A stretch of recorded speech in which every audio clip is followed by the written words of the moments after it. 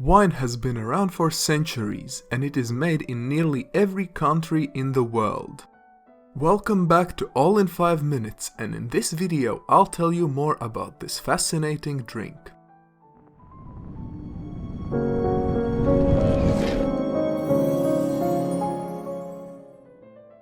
Wine can be traced back to Georgia as early as 6000 BC, and from there it spread to Persia and Sicily.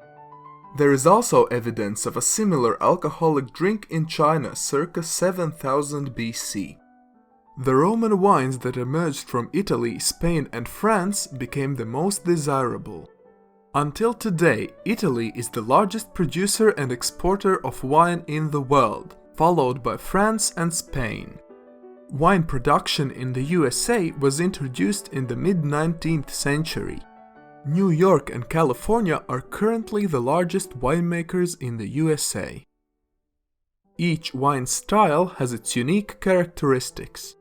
Knowing which wine will be great with your meal will certainly impress others, and it will make the meal more enjoyable. White wine is mostly made from white grapes, though red or black grapes can also be used. Based on the inputs, it will give bright, creamy or savory flavor character.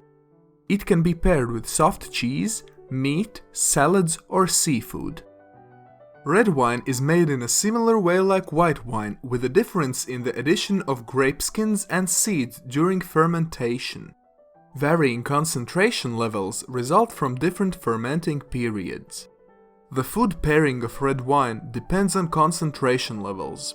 For instance, light-bodied red wine does well with grilled chicken or vegetables, while medium and full-bodied red wine pairs properly with steaks and roasted meat.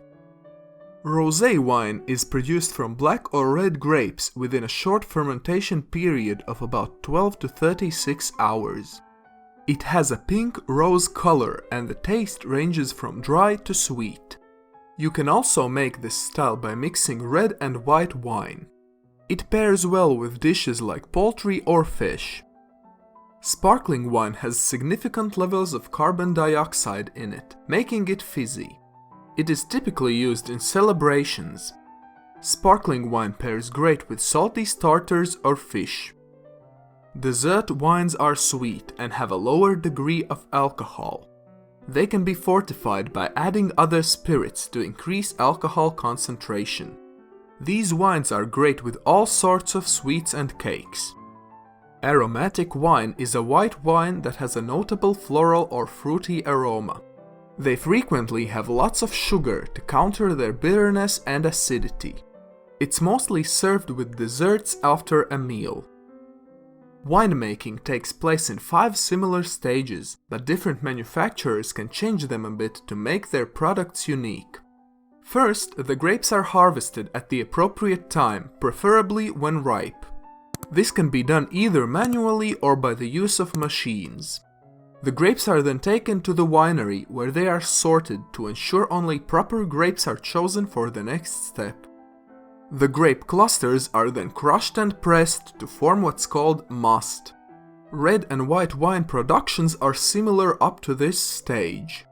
Afterward, they differ as white wines require the complete extraction of color pigment and removal of skins and seeds. Fermentation involves using yeast to convert all the sugar in the must to alcohol, and it can take 10 to 30 days. The resulting alcohol level will vary between regions. 10% in cold climates and 15% in warm ones is considered normal. The clarification process involves siphoning the wine to leave precipitates at the bottom of the barrel. It can also include filtering and fining. Aging and bottling is the final process that may differ from one winemaker to another.